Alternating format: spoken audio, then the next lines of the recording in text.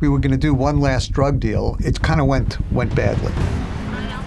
One of the guys was yelling, "Just kill him now." And the other one says, "No, we got to get the rest of the drugs. No, let's just torch the place." You haven't felt anything till you felt the cold steel of a sawed-off shotgun against your neck. I'm an unlikely person to believe in Jesus. I grew up going to my grandparents' home and seeing pictures of relative after relative that had died at the hands of Hitler, and in the Jewish mindset, they had died at the hands of Christians. And I felt like Jesus and Christianity was my enemy. I was raised in a traditional Jewish home in New York City. I was bar mitzvahed at 13, went to synagogue Friday and Saturday. I love Jewish history. I love reading the Jewish Bible. I love being Jewish, but I wasn't really sure about the religion.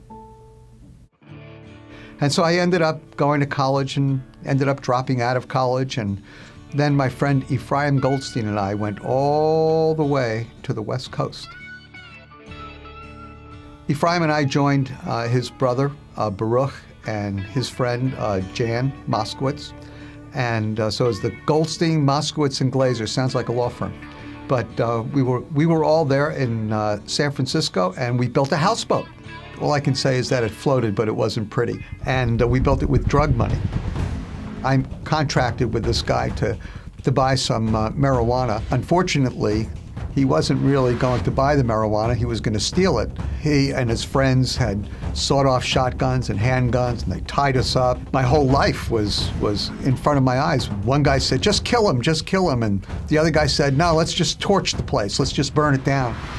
And I'm just sitting there with my hands tied and feeling the shotgun saying, I can't believe that I was willing to die for just a few $100s. One of our friends who dropped out of college with us moved to California for a little while, and then she disappeared. And during the time she disappeared, we kind of tore down the houseboat, moved into San Francisco.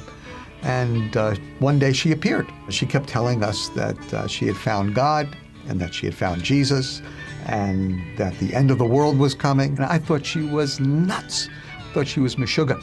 Ephraim kind of listened to her and, oh, that sounds pretty good. So the next thing I know, they both went up to Oregon, and I felt because I was raised a more traditional Jew that I could help them.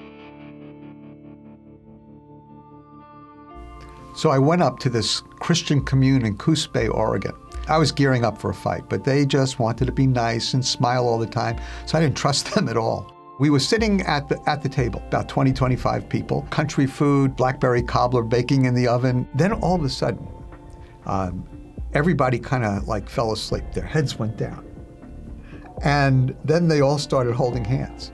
And I thought that was the strangest thing in the world. I thought it was just going to be a seance. The old guy who was running the place, who kind of looked between an Amish guy and a Hasidic guy with a long beard, he just began talking up into thin air. For a minute, I thought he was talking to me, but I realized when he called me Lord that it wasn't me. I'd never heard anybody pray as if they were actually talking to God, and it was just striking for me. You know, I'd been belligerent, I'd been angry, and then all of a sudden, everything was kind of melting away because I sensed this presence in the room, and I began feeling smaller and smaller and smaller. You could almost touch it. It was palpable, this presence. And if there's one thing I never experienced growing up in a more religious Jewish home, was this intimacy, this personal contact and relationship with God. And I just knew that this was the presence of God, and that changed me. Well, I got back from Oregon, and all I could think about was God and about Jesus. I said, God, if you're really there, show me.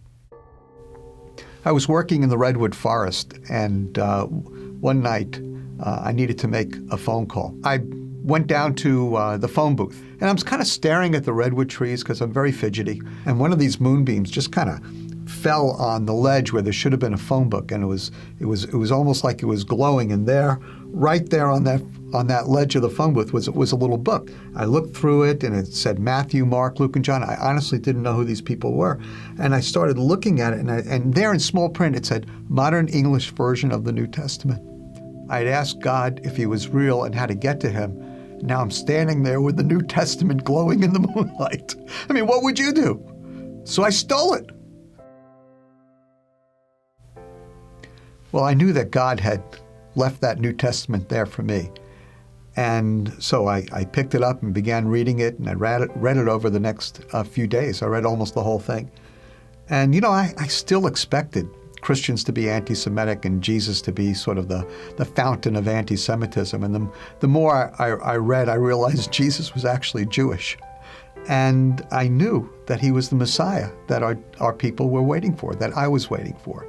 One of the things I love the most about the New Testament was the way Jesus told stories. I felt like he was a street-smart New Yorker. I mean, he never answered a question simply. He always got to the heart of the matter. And, you always saw pictures of Jesus on the cross, and he always looked so helpless, But I met a very strong, powerful Jesus in the New Testament, and I was very drawn to him. When I accepted Jesus, I was looking for the truth, and I knew that he was the truth. But I don't think I was looking for the truth about myself. I remember the day I realized I had sold drugs to teenagers. I was horrified at my own soul. I don't think I understood enough about my own sin. I just began weeping and repenting and asking God to forgive me. And then it took me a while, really, to even feel that God had forgiven me. I realized that believing in Jesus involved believing that he died for my sin. And throughout the years, I've just discovered that my life is the best way to demonstrate to my family and friends that I love them, I love God, and I love my people.